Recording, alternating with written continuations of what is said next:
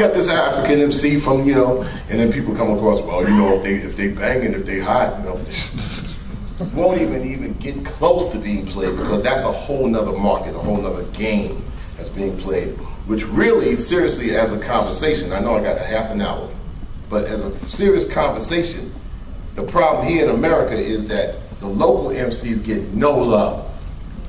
If there's a group of 20 MC groups, rappers, DJs from Tallahassee, it's incumbent that the local radio station, I don't mean just the college station at FAMU in Florida State and college. No, I'm talking about the major radio station that the 6th grader is listening to and say, yo, yeah, I want you. They need to be exposed and helped out by the community. But you know what? The community don't give a damn. Because not only do they not give a damn about the music from the local people, they don't give a damn about the local people unless they're trying to sell them something. That's why you don't hear anything on the radio. So they'll spend time talking, you know, maybe playing a Bobby Valentino or old R. Kelly. People ain't gonna come to Tallahassee unless they're gonna come here for a concert instead of playing the artists who are right here in town who could really help out the community by being here all the time. So you gotta make them stars too. But you know what? They're gonna have to follow the Booty and Thug Network, that's BET. The Booty and Thug Network has succeeded in making artists national from corporations. So when they're nationally seen and nationally known, when it comes down to your local artists being able to get some kind of love, they know that young kids that spend their time at 106 and Park gonna look at it, well, who are you? I ain't seen you on 10, I ain't seen you on there, so who are you? Yo, yeah, I heard you on the radio, but where's your video at? I mean, you ain't got no money. It's your blue Lambo, dog.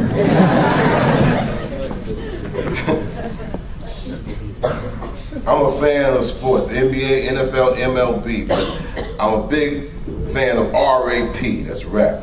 And I've just seen the greed, the negligence, the narcissism, the individualism, you know, gut out the popular culture. I just wanted to speak on it. That's why I say I give props to collegians. Don't give me no props. I graduated out of college in 1984. Just the George Orwell's year, you know. Give yourself props. I give you props because it's a bigger struggle for y'all in the year of 2011 and 2012 than it was for me in the years of Reagan and Bush, because they have whippings of mass distraction for y'all. Come on, we're dealing in a time where I know at least 16 dudes over 45 that spend 50 hours a week on PlayStation. I wish I was lying to you. I wish I was lying to you. And many of y'all say, well, you know why I play PlayStation all my life? It's a stress reliever. But after a while, the stress reliever might turn into a pacifier. And say, well, I wanted to get that job, and I'm mad at the world, so I'm going to go play PlayStation for 40 hours out of the week. We didn't have those whippings of mass distraction. The mass distraction at that time was like, okay, there's the drug game, and you have the potential to make a lot of money, so you could be a drug dealer. Today, average weed dealer ain't making more than McDonald's. I be talking to cats, I said, man, you a broke drug dealer, man. You sell drugs and can't catch the damn bus. I don't want to fuck with the clown, though. I ain't messing with the clown. I know McDonald's is a drug too. I know go into that too, like it doesn't decay in a whole nine, you know. But you a broke ass drug dealer. Who gave you that business plan? That's why we need smart people. We need people with brains that's able to use their logic, their rationale, and deductive reasoning. That's what a monkey, a dog, and an animal can't give you. Human beings could give you that sense of logic. But logic has been thrown out the window. It's caused the structure to dumb itself down and young itself down.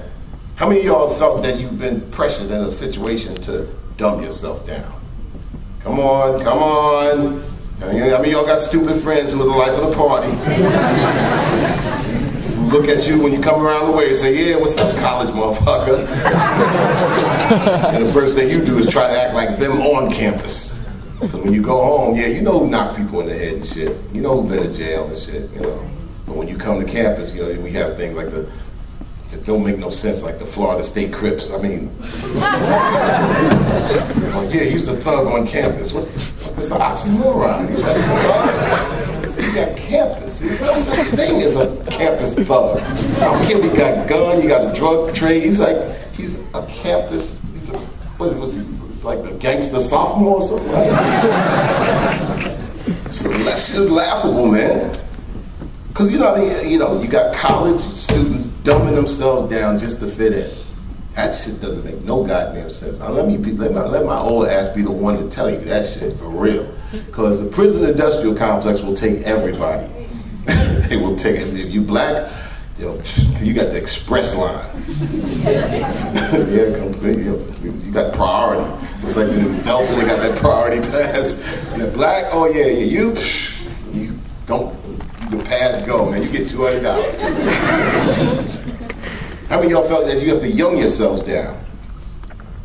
But that's what you see a lot of dumbass old people do. That's why they came up with something that don't make no damn sense, like 50 is a new 40. Right? You usually hear old people come up with that. 40 is a new 30. 30 is a new 20.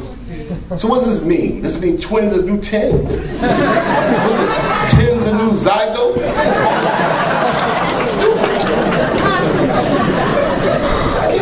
My kids like, oh yeah, I'm 41 today.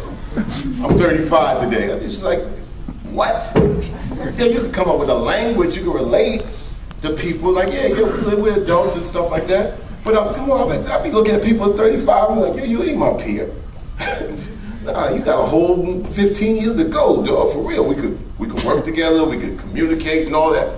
But I'm moving to another zone, and you move into another zone, and maybe we can help each other out. But you gotta call your peer group. You cannot young yourself down. Many of y'all, of course, you're 22, so to young yourself down, your 16-year-old younger brother or sister looking at you like you old anyway.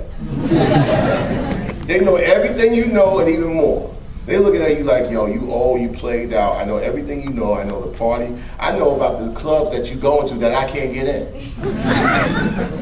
It's like modern entertainment. If you let rap tell it, right? What does a 12-year-old know about a strip club? They can't get in one. Oh, they got the virtual strip club now. Oh.